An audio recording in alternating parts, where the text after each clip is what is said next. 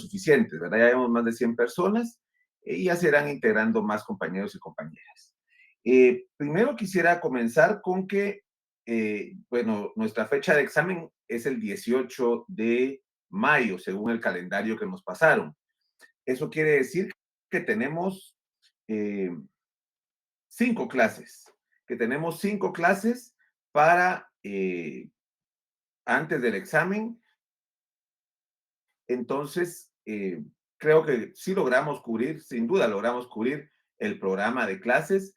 Como ustedes saben, no es primera vez que doy esta clase, sino que ya la he dado varios años. Entonces hemos venido programando de tal forma el contenido para no quedarnos cortos, ¿verdad? Sino que vamos a cubrir todo el contenido que establece el programa.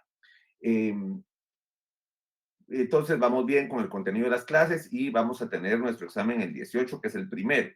Y lo cual está bien porque creo que es la clase tal vez más fácil que tienen en el semestre y así les permite estudiar para las otras clases que son un poco más complejas. En segundo lugar, eh, tuvimos algunos problemas con las notas, ¿verdad? Porque al incorporar las zonas, entonces se hicieron por medio de listado, pero parece que no cuadraba. Todavía no lo he revisado. Mañana me voy a dedicar a revisar el tema de las notas y los exámenes y la zona, porque algunos han manifestado que no les sale bien el punteo. Entonces voy a revisar todas para ver qué es lo que pasó. Si el sistema, cuando hicimos los listados por carnet y por apellido, ahí puede haber algún traslado, pero voy a revisarlas todas para que no haya ninguna duda. Ustedes ya saben que es importante que todos estén de acuerdo con su nota y los estudiantes tienen un derecho también de pedir revisión de exámenes cuando no están de acuerdo, ¿verdad? En tercer lugar, pero eso lo voy a hacer a partir de mañana. Yo espero que el día jueves ya todos tengan sus notas correctas y no se preocupen que todavía puedo modificar los listados y las notas, ¿verdad? Incluso las del primer parcial todavía puedo modificarlas, pero las de este que acaba de pasar también. Entonces no se preocupen que si detecto alguna cuestión que no se hizo bien, yo las corrijo para el día jueves. Eh, y como estamos en época de elecciones y pues es importante que estemos enterados también. Quiero organizar en una de las clases que tenemos 5 clases y como les digo, estamos bien en cuanto a los tiempos. Lo que quiero es que algunos candidatos a diputado intervengan en algunas clases, ¿verdad? O en una sola clase los juntamos a todos para que también expongan sus ideas, porque de alguna forma es importante que antes de votar ustedes tengan acceso a personas que van para diputados para que cuenten qué es lo que pretenden hacer, ¿verdad? Y ustedes también puedan preguntarles por las leyes que ustedes consideren correctas o por temas o problemas que ustedes consideren correctos. Vamos a intentar buscar diputados que tengan posibilidades reales de llegar, ¿verdad? Que sean de partidos más o menos grandes, que tengan alguna posibilidad real de ocupar puestos, ya sea por la ciudad, por el estado metropolitano, por el estado departamento de Guatemala, que son los municipios, porque sé que muchos de ustedes son de Misco, Villanueva, Villacanales, otros que son de la capital votan por el Distrito Central y también por el Estado Nacional. Ahí conozco a varios, eh, lamentablemente casi solo hombres que encabecen los listados, ¿verdad? Hay mujeres, pero las ponen en tercero, cuarto lugar, lamentablemente. Entonces, lo que buscamos es también comprometerlos a ellos a que lo que prometan lo hagan de alguna forma, ¿verdad? No vamos a invitar candidatos presidenciales porque sería bueno hacer algo así, pero hasta que la universidad esté funcionando totalmente, que será tal vez hasta el próximo semestre, ¿verdad? Para mientras, los diputados, pues he hablado con algunos de ellos y sí están de acuerdo con participar en algún evento que hagamos en forma virtual, ¿verdad? Sí, digamos presidenciables no vamos a invitar porque además, si ven la encuesta de hoy, al final los presidenciables van a ser, la lucha está entre cuatro, ¿verdad? Y Villacorta, que dice Gerson, pues Villacorta está como en séptimo lugar, es muy difícil que vaya a llegar, ¿verdad? Al final, según la encuesta, que yo sí creo en esta encuesta de prensa libre, se ha demostrado por muchos años que lo hacen bastante serio. Eh, de la antigua Guatemala, no había pensado en la antigua Guatemala, pero podemos buscar algunos, si hay bastantes de ustedes de antigua Guatemala, ¿verdad? Pero estábamos hablando de la encuesta que puede ser cuatro candidatos, ¿verdad? Sandra, Suri, Mulet y Carlos Pineda, que es el que está encabezando. De esa forma, Carlos Pineda en primer lugar, Sandra Torres segundo lugar, eh, Edmond Mulet tercer lugar y Suri Ríos cuarto lugar, ¿verdad? Entonces, no vamos a poder hacer un evento con ellos, eh, pero sí, es triste los resultados de esa encuesta, pero la gente en Guatemala eso es, ¿verdad? Eso es. En cambio, en diputados, pues sí podemos traer bastantes diferentes partidos, diferentes ideologías. También vamos a intentar que venga gente de izquierda, gente de derecha, gente de centro, ¿verdad? Y de algunos departamentos de estos que tienen. Por lo menos que nos hable en 10, 15 minutos, ¿verdad? Su plan, qué es lo que pretenden hacer, cómo vean y que ustedes puedan preguntarles, ¿verdad? Para que vayan también informándose el voto. La encuesta de nuestro diario, que me pregunta Josué, pues tiene su propia metodología. Al final, los de nuestro diario lo que hicieron fue los que leen nuestro diario, los que leen la aplicación, cuando entraban podían contestar la encuesta. Entonces, el resultado al final es de solo los lectores de nuestro diario en digital. En cambio, la otra es como una encuesta tradicional que es de persona a persona, ¿verdad? Y en estas elecciones cada candidato sacaba su propia encuesta. Entonces, en una Sudi estaba encabezando, en otra Muleta estaba encabezando, en otra eh, Vía Corta estaba como entre los cuatro primeros lugares. Eh, pero creo que no, creo que la gente sí va a votar o sí está buscando a una persona como Carlos Pineda, un outsider, una persona que sea distinta a los políticos tradicionales, entre comillas. No creo que sea la mejor opción, ¿verdad? Creo que no es alguien que sepa de Estado, no es alguien que tenga conocimiento de la cosa pública.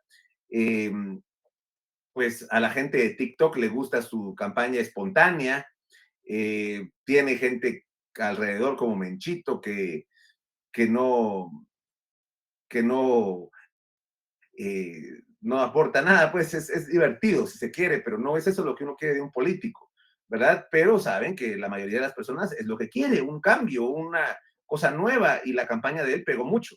Entonces, eso es lo que la gente quiere oír, ¿verdad? Eh, entonces, ahí el problema es que los estudiantes universitarios, las personas que estudian, que conocen del tema político, jurídico, somos muy pocas, somos la minoría, ¿verdad? Somos la minoría y en parte es como lo dice Sheila, ¿verdad? Nadie quiere a Torres, pero tiene 1 millón de votos duros, Sandra Torres, de la gente más pobre, de la gente de las áreas marginales, de la gente que ya los ayudó. Entonces, lo que pasa es que no queremos sacar a Sandra, entonces van a votar por Carlos Pineda, aunque sea para que no quede Sandra. Entonces, eso es complicado, ¿verdad? El antivoto es el que decide las elecciones en Guatemala y no el voto por una propuesta. Y yo creo que sí se va a volver a repetir lo de Jimmy y Yamatei, ¿verdad? Entonces, sí coincido con algunos de ustedes que han puesto que son 4 años más perdidos, es cierto. Por un lado, estoy más o menos contento porque por lo menos no nos fuimos al neofascismo extrema derecha conservadora de Suri, que sí también era preocupante. No sabemos qué va a pasar en Guatemala, si el señor va a terminar sus 4 años, si al no llegar con diputados, una bancada fuerte puede hacer un desgobierno, ¿verdad? No sabemos qué va a pasar, pero lo cierto es que posiblemente, muy posiblemente, Carlos Pineda será el próximo presidente. Entonces, por eso, mejor concentrémonos en el Congreso, ¿verdad? Que por lo menos los diputados que lleguen sean más o menos aceptables, ¿verdad? Que puedan generar algún tipo de contrapeso, que tenga algún avance en el tema legislativo, de fiscalización, de control del Ejecutivo.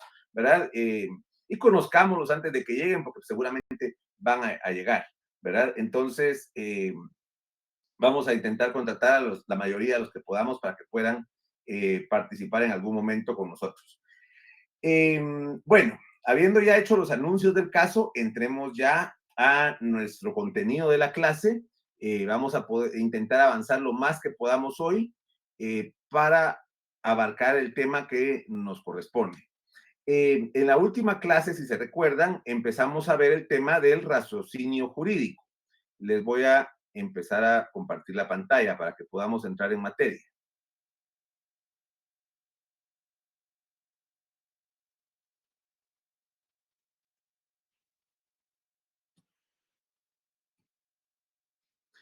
Cuando hablábamos la clase pasada del raciocinio jurídico, se recuerdan que hablábamos de que el razonamiento jurídico que se usa en las normas de derecho es de tipo deductivo, ¿verdad? Y que es subsumir lo que dice la norma en el caso concreto, ¿verdad?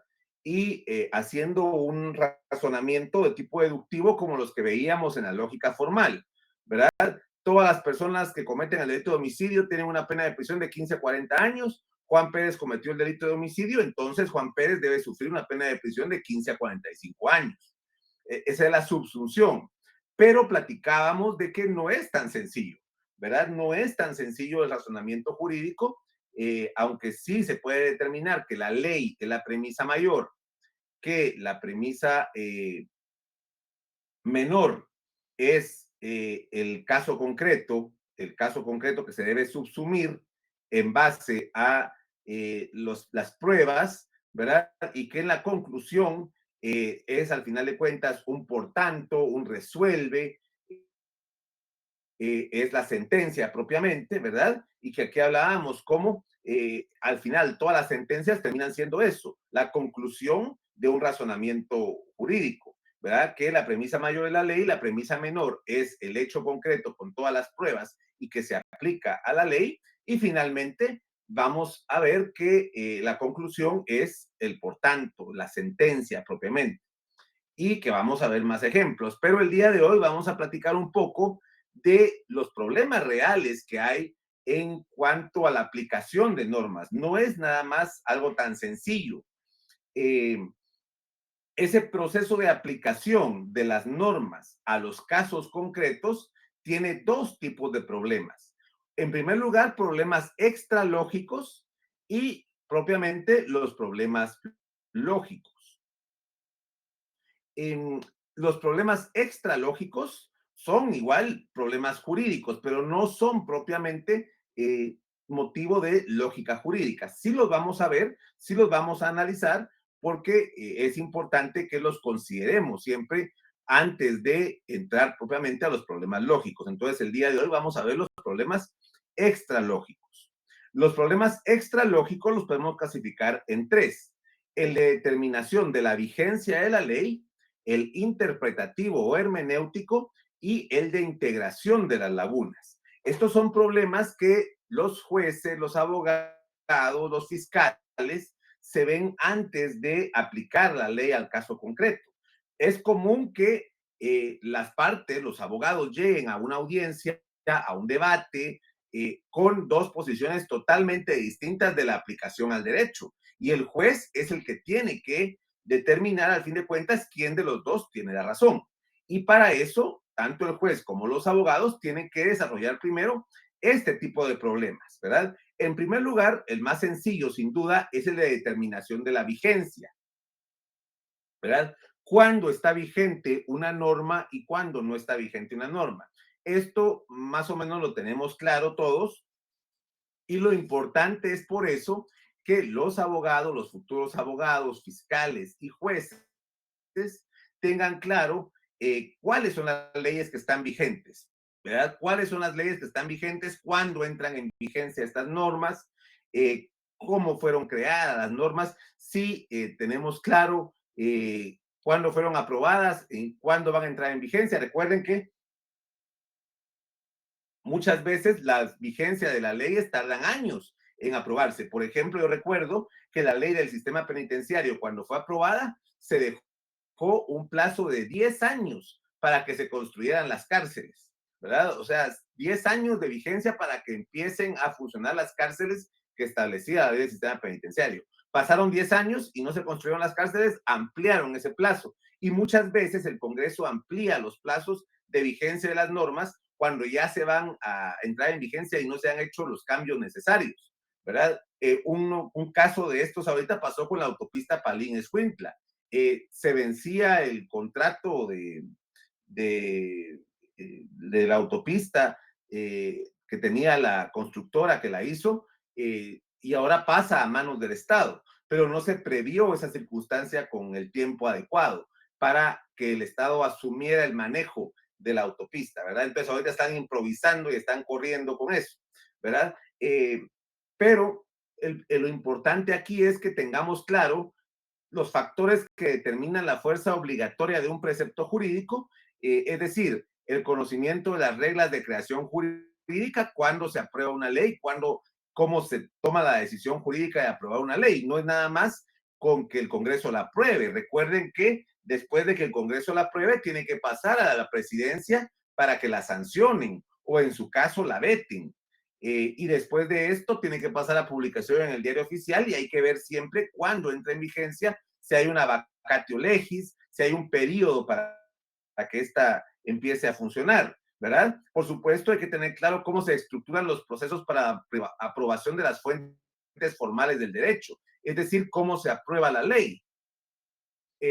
Con iniciativa de ley, los dictámenes en el Congreso, y también hay que tener claro las normas sobre iniciación, duración y extinción de la vigencia de los preceptos, ¿verdad? Hay preceptos que tienen una duración determinada. Pues todo esto lo tenemos que tener muy claro. Es importante para un abogado tener acceso al diario oficial.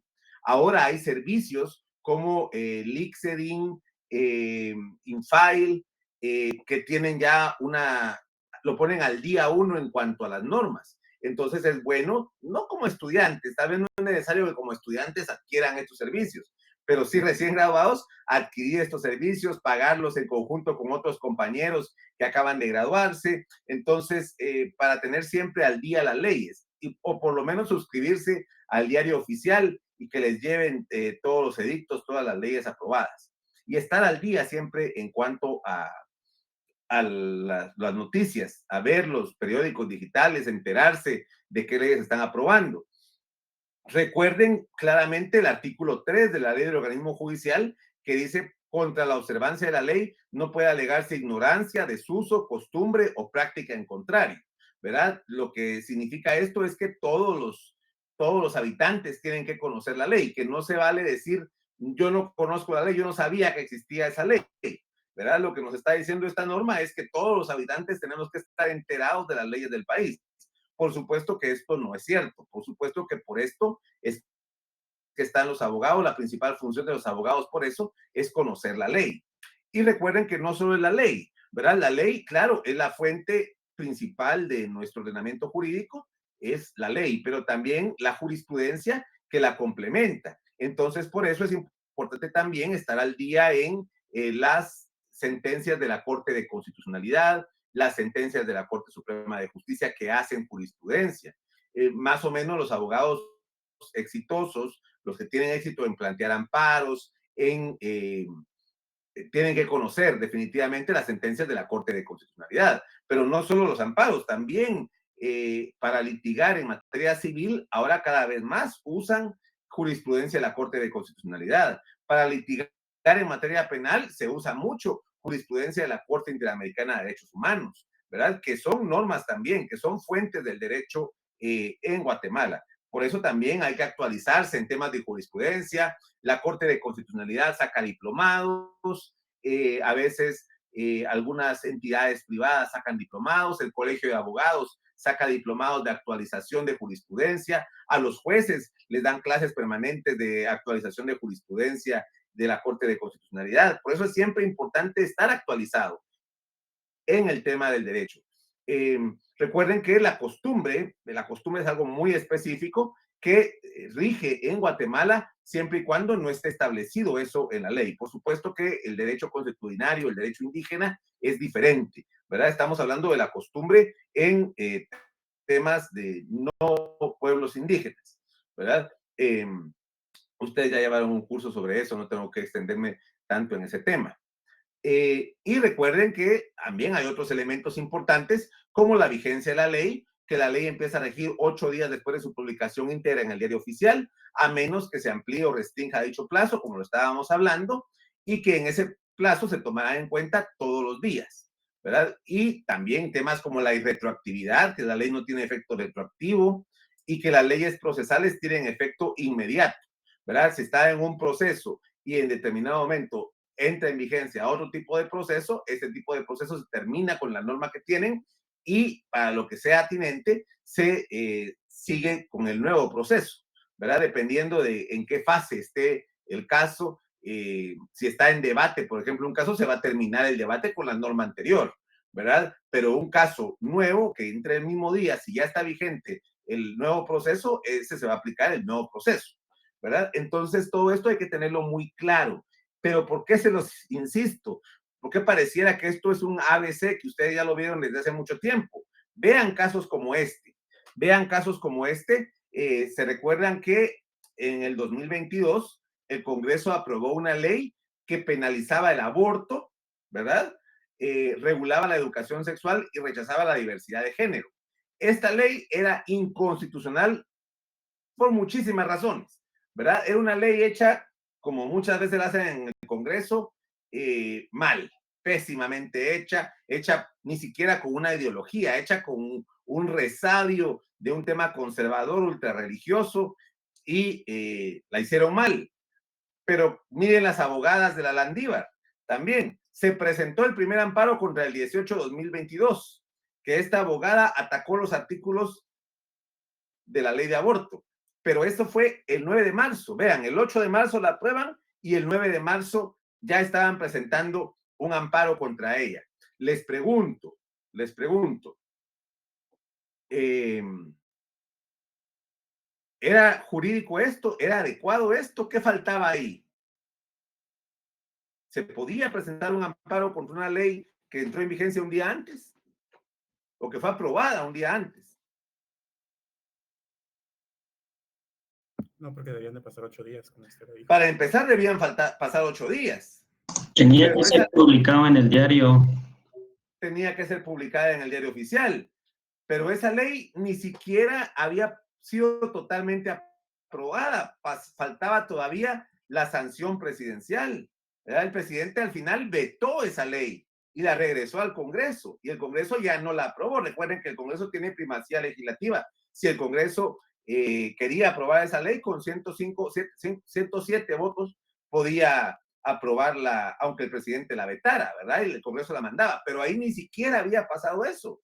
Y eran abogadas de la Universidad Landívar las que presentaron un amparo contra una ley que fue vetada por el presidente, ¿verdad? Entonces, ahí vemos que no tienen muy claro el tema de cuándo entra en vigencia una ley o cuándo se puede presentar un amparo a una ley, ni siquiera estaba aprobada, como les digo, ¿verdad? Entonces hay que tener muy claro esto. Esas señoras, con muy buena voluntad por parte de ellas, las señoritas abogadas, pero trabajaron por gusto, ¿verdad? Ni siquiera iban a aprobar la ley, el presidente la vetó, ¿verdad? Entonces, en estos casos sí hay que tener muy claro esto, ¿verdad? Bueno, también hay que tener claro el tema de cuándo se derogan las leyes, ¿verdad? Las leyes se derogan por leyes posteriores, ya sea porque éstas lo declaren expresamente, ya sea porque sean incompatibles con las nuevas leyes, las antiguas, o porque sea una nueva ley que regula por completo la materia que regulaba la ley anterior, o porque la Corte de Constitucionalidad declara inconstitucional una norma, ¿verdad? Total o parcialmente. Eso pasa, por ejemplo, con la ley de carrera judicial. La ley de la carrera judicial que fue aprobada en 2016 derogó totalmente la que fue aprobada en el 99. Pero luego la Corte de Constitucionalidad derogó parcialmente muchos artículos de la ley del 2016, ¿verdad? Entonces, eso es lo que hay que estar siempre, eso es lo que hay que estar siempre revisando, actualizándose. Y recuerden siempre que por el hecho de que deroguen una ley, no recobran vigencia las que ésta hubiera derogado, ¿verdad? Si esta ley dijo, derogamos la de 1999 y la Corte de Constitucionalidad declara inconstitucional partes de la del 2016, no quiere decir que esas partes se vaya a buscar la del 99 cómo quedó para aplicarla. La del 99 ya no tiene vigencia en Guatemala, fue derogada totalmente por la del 2016, ¿verdad? Entonces, eso hay que tenerlo muy claro también, ¿verdad? Por lo general, en las disposiciones derogatorias y finales de las leyes está una derogación total. Por ejemplo, en el Código Procesal Penal, en el artículo 553, se deroga el decreto 5273 del Congreso de la República, el anterior Código Procesal Penal, ¿verdad? Es una derogación total, ¿verdad? Y ahí mismo también, en el artículo 555 está la vigencia. El Código Procesal Penal entrará en vigencia un año después de su publicación en el Diario Oficial, ¿verdad? Ahí se tardó un año la publicación, porque teníamos que implementar todo. Digo, pero yo no estaba todavía ni había entrado a la U en ese año, en el 94, ¿verdad? Pero se tenía que implementar todo eso, entonces se tardó un año para implementarlo, para que estudiaran el código, para que lo conocieran el código los nuevos jueces, los jueces anteriores también, entonces para que se enseñara en las universidades, fue un proceso de un año, y aún así no se implementó bien al principio, ¿verdad? O en otros casos, como en este caso de la ley de la DIGICRI, que lo que hace es cambiar la nomenclatura, ¿verdad? Donde se dice policía, se entenderá que se refiere a la Policía Nacional Civil o a la DIGICRI. Es una interpretación de cuándo se tiene que hacer. Este también es del año 2016. Pero el problema de la vigencia, entonces, les decía que es el problema más sencillo de los extralógicos. El otro problema de los extralógicos es el problema hermenéutico o de la interpretación del derecho, ¿verdad? ¿Qué es interpretar el derecho? Pues muy básicamente, interpretar el derecho, interpretar un precepto jurídico es descubrir qué significa ese precepto jurídico, qué quiso decir el legislador cuando reguló esto, ¿verdad? Y hay en ese sentido, dos corrientes, los objetivistas, que también podrían ser llamados los positivistas jurídicos, que lo que ellos van es al sentido literal de la expresión. Y pues es la corriente más usada en Guatemala, las que usan los jueces y muchos abogados se van solo por el tema objetivista, que significa literalmente lo que dice esta expresión. Y la corriente subjetivista, que lo que buscan es descubrir lo que quiso decir el autor de la expresión, situarse mentalmente en la posición del legislador y lo que quiso decir, ¿verdad? Esta puede también llamarse interpretación originaria. ¿Cuál es el sentido que quisieron darle? Sobre todo en derecho constitucional se utiliza la segunda.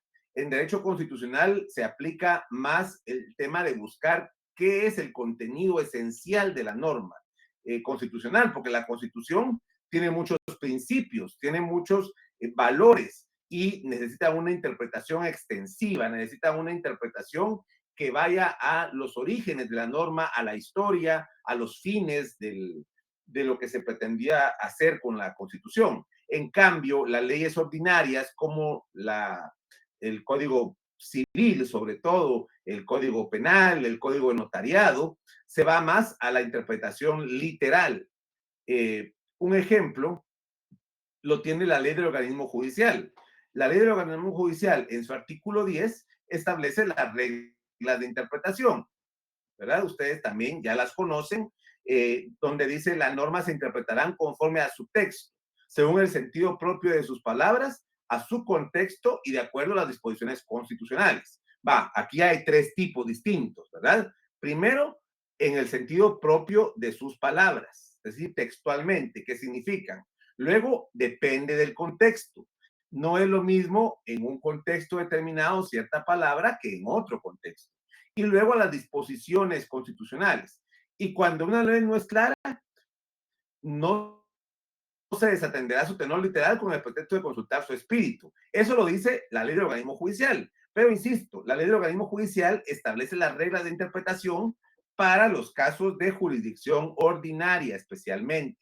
Para la jurisdicción constitucional, sí en muchas ocasiones se requiere que se consulte el espíritu de la norma, porque las normas constitucionales son principalmente principios. Seguimos con la ley del organismo judicial, dice, el conjunto de una ley servirá para ilustrar el contenido de cada una de sus partes, pero los pasajes de la misma se podrán aclarar atendiendo al orden siguiente: a la finalidad y al espíritu de la misma, a la historia fidedigna de su institución, a las disposiciones de otras leyes sobre casos o situaciones análogas y al modo que parezca más conforme a la equidad y a los principios generales del derecho, ¿verdad? Bueno, entonces aquí ya están los principios generales del derecho, la equidad, que son valores, que son principios, que también pueden aplicarse a la interpretación de la ley, ¿verdad? Lo que pasa es que muchos abogados positivistas dicen, no, si la ley dice A, B y C, hay que interpretarla A, B y C. Sí, está bien, la mayoría de las veces sí, pero cuando la ley no es clara, no se tiene que interpretar así, se puede interpretar de acuerdo a otros principios constitucionales. Por ejemplo, miren este caso. El artículo 219 de la Constitución, ese es el primero que está ahí arriba. El artículo 219 de la Constitución dice: los tribunales militares conocerán de los delitos o faltas cometidos por los integrantes del Ejército de Guatemala. Ningún civil podrá ser juzgado por tribunales militares. Una interpretación literal, una interpretación que solo vaya a lo que dice la norma, nos estaría diciendo ahí, todos los militares que cometan cualquier delito van a ser juzgados por tribunales militares, ¿verdad? Porque ahí no dice los delitos militares o los delitos comunes. Ahí dice, los tribunales militares conocerán de los delitos o faltas cometidos por los integrantes del Ejército de Guatemala, por todos. Aquí nos vamos otra vez a los conceptos jurídicos universales, ¿verdad? Los delitos, o sea, todas las faltas cometidos por los integrantes del Ejército de Guatemala, todos los integrantes del Ejército de Guatemala, ¿verdad? ¿Qué pasó en el 94, cuando entró en vigencia el Código Procesal Penal? Se establecieron otro tipo de normas, ¿verdad? El artículo 546 dice, la parte de abajo, el artículo 546 reforma el Código Procesal Penal, que dice: la jurisdicción en los delitos o faltas exclusivamente militares corresponde a los tribunales militares, pero en los casos de delitos o faltas comunes cometidos por militares o delitos militares conexos con delitos o faltas comunes, se aplicarán las reglas siguientes. Lo que estaba diciendo el Código Procesal Penal es: para los delitos exclusivamente militares, hay tribunales militares, pero cuando un militar comete un delito común, por ejemplo, homicidio, secuestro, asesinato, violaciones, cualquiera, corrupción, cualquiera cometida por militares, eso se va a tribunales comunes, ¿verdad? Esto generó un gran revuelo jurídico en Guatemala, porque los militares estaban muy confiados en el artículo 219. Ellos decían, si cualquier cosa que cometimos durante el conflicto armado interno, las masacres, el genocidio, incluso la corrupción, vamos a ser juzgados por tribunales militares, porque así dice la Constitución. En cambio, el Código Procesal Penal dijo, no, los tribunales militares solo van a conocer los delitos estrictamente militares. Por ejemplo, este delito de cuando se salen de las filas, deserción, ¿verdad? O insurrección militar, por ejemplo, ¿verdad? Desobediencia de cuestiones militares. Los demás, el genocidio, la desaparición forzada, todo lo que hicieron en el conflicto armado, esos son delitos que van a ser conocidos en lo común. Entonces, muchos abogados de los militares dijeron, eso es inconstitucional, porque la Constitución dice que son solo, todos los militares van a ser juzgados por tribunales militares. ¿Qué dijo la Corte de Constitucionalidad en sus sentencias de los expedientes del año 96, 2 expedientes de la Corte de Constitucionalidad, ¿verdad? Lo que dijo es que no es inconstitucional que guarda concordancia con lo establecido en el artículo 219 constitucional, pues el mismo se establece que el conocimiento y juzgamiento de los delitos y faltas esencialmente militares corresponde exclusivamente a los tribunales del Código Militar, ¿verdad?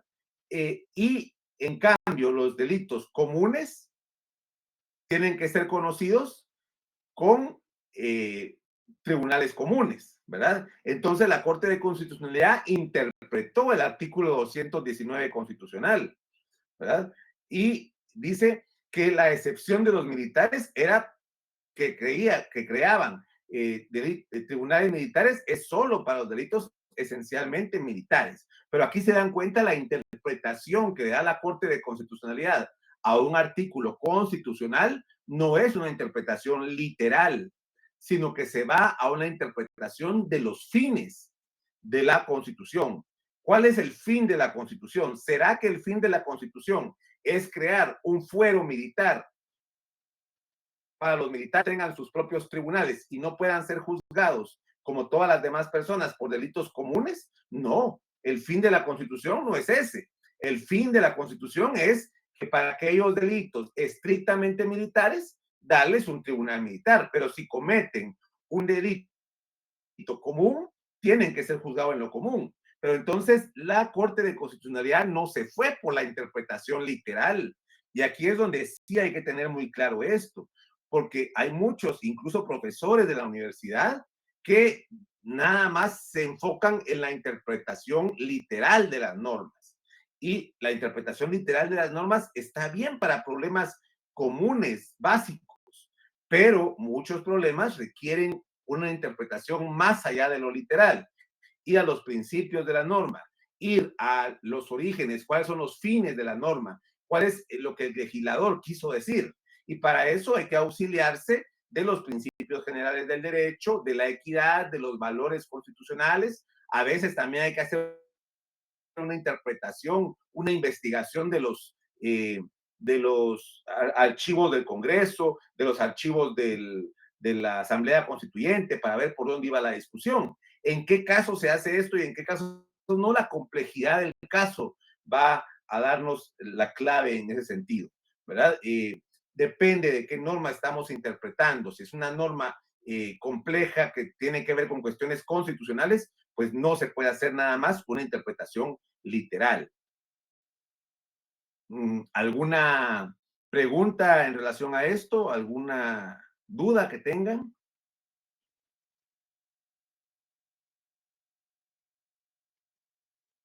¿Todo bien? Todo claro, licenciado, gracias. Todo bien, Link. Vale. Muy bien. Entonces seguimos.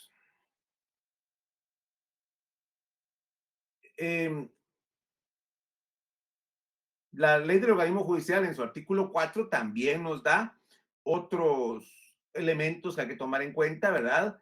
Por ejemplo, lo que son actos nulos, los actos contrarios a las normas imperativas y a las prohibitivas expresas son nulos de pleno derecho, salvo que en ellas se establezca un efecto distinto para el caso de contravención.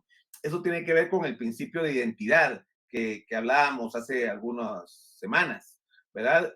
Las normas que prohíben lo que está jurídicamente permitido y aquellas que permiten lo que está jurídicamente prohibido son nulas, ¿verdad? Los actos realizados al amparo del texto de una norma que persigan un resultado prohibido por el ordenamiento jurídico o contrario a él se considerarán ejecutados en fraude de ley y no impedirán la debida aplicación de la norma que se hubiera tratado de eludir, ¿verdad? Cuando una persona comete un hecho supuestamente amparado bajo una norma, pero en realidad no lo hizo amparado por la norma, sino que lo intentó hacer solo para que dijeran que cumplió con la norma, estás haciendo un fraude de ley, ¿verdad? Por ejemplo, cuando el caso de la elección de la universidad, de la elección del rector. La elección del rector supuestamente parecía que se estaba haciendo en el ámbito jurídico, pero fue un fraude de ley, ¿verdad? O cuando Sandra Torres se divorció de Álvaro Colón para poder ser presidenta, mucha gente dijo, es un fraude de ley. Y la Corte de Constitucionalidad, en la mayoría de magistrados, dijo que eso es un fraude de ley. Se está divorciando solo para poder ser candidata, ¿verdad? Entonces vamos a ver más adelante lo que pasó con la universidad, que también fue un fraude de ley. Ahora, el otro problema que se da, que es extra lógico, es el problema de las lagunas y la integración de la ley. Por supuesto que no todas las circunstancias que suceden en la vida real están reguladas en la ley. Hay circunstancias que el legislador no previó. Hay circunstancias que no consideró el legislador al momento de aprobar la ley. No es imposible que todo esté regulado. Siempre hay temas que se van a escapar, ¿verdad? Entonces podemos decir que existe una laguna del derecho cuando en determinado ordenamiento jurídico a la que el juez pueda referirse para resolver tal o cual controversia, ¿verdad? Todavía hay teorías a este punto que niegan la existencia de lagunas, ¿verdad? Pero esas ni siquiera vale la pena tomarlas en cuenta. Las teorías que admiten la existencia de las lagunas son la mayoría y son las que tenemos que estudiar porque al final de cuentas sí existen las lagunas jurídicas. ¿Cómo deben llenarse las lagunas? Pues hay muchos métodos. El primero es la heterointegración, ¿verdad? Heterointegración se recurre a otros ordenamientos jurídicos, ya sea de ordenamientos jurídicos de otra fuente, ¿verdad?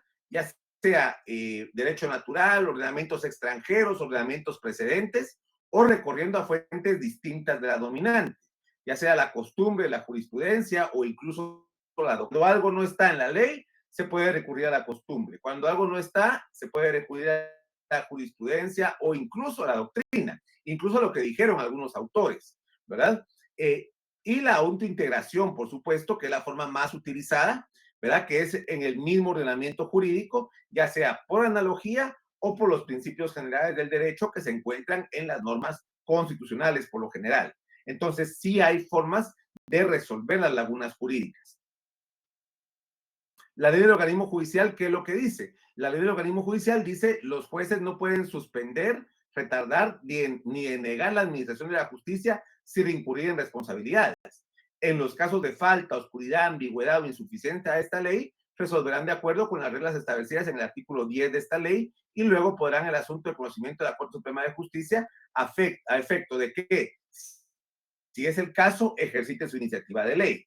O sea, que en un caso concreto, que el juez vea, en este caso no tengo una ley que aplicar, voy a ir al artículo 10. ¿Qué dice el artículo 10? Que lo puedo hacer por los principios del derecho, que lo puedo hacer en base a otros ordenamientos jurídicos, incluso a la doctrina, y le tengo que avisar a la Corte Suprema de Justicia para decirles, miren, me llegó este caso, sería bueno que hubiera una ley que regulara esto. Y la Corte Suprema de Justicia para eso tiene iniciativa de ley que puede presentar un proyecto al Congreso, que casi nunca lo usa, por cierto, que debería ser la que más lo usa, pero que casi nunca lo usa. Igual que la Universidad de San Carlos, que ahí sí, sin el casi, nunca usa su capacidad de propuesta de ley. Veamos un caso de un fraude de ley, ¿verdad? Esto es lo regulado para la elección de rector de la Universidad de San Carlos. Vean el artículo del quórum. En el artículo 15 se regula para que pueda realizarse la elección es necesaria la concurrencia en la fecha fijada de por lo menos 2/3 partes más 1 de los miembros del cuerpo electoral, ¿verdad? Es decir, el cuerpo electoral formado por todos los estudiantes, profesores y profesionales que fueron electos en sus respectivas asambleas tienen que reunirse y para que haya quórum tienen que estar las 2/3 partes más 1, ¿verdad? De todos esos. Y el artículo 16 dice falta de quórum.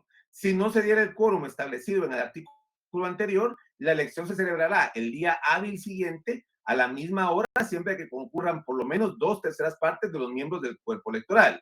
Si en esta segunda oportunidad no hubiese quórum, la elección se celebrará al día hábil siguiente a la misma hora con los electores que asistan, ¿verdad?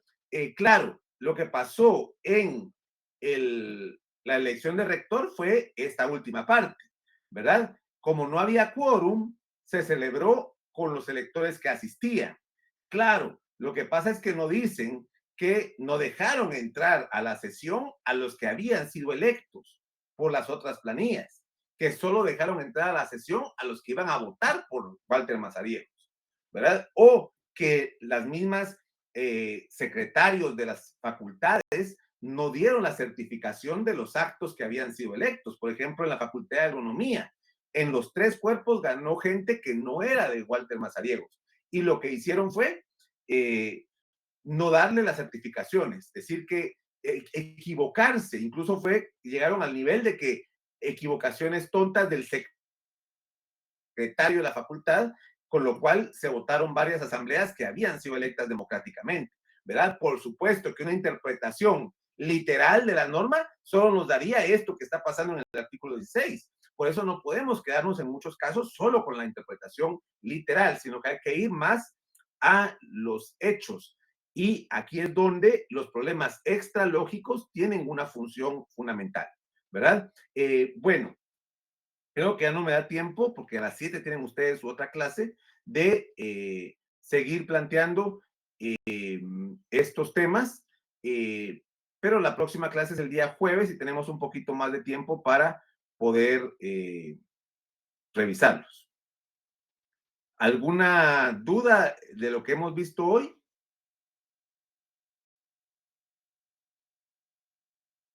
Todo claro, licenciado, gracias. Muy bien.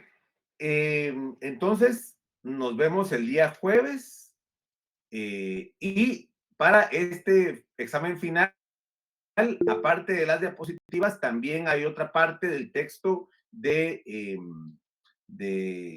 este autor, ay, se me fue el nombre ahorita del autor, del muerto, le decían al Velázquez, Fernando Velázquez, el muerto, que les voy a pasar ahí por el Classroom, ¿verdad? Muy bien. Entonces, muchas gracias siempre por participar y por estar pendientes de la clase. Los veo el día jueves a las 7 de la noche. Nos vemos, licenciado. Feliz noche. Gracias, licenciado. Feliz noche. Feliz noche, licenciado. Buenas noches, que estén bien. Feliz noche, licenciado. Feliz noche, que descansen, Nick.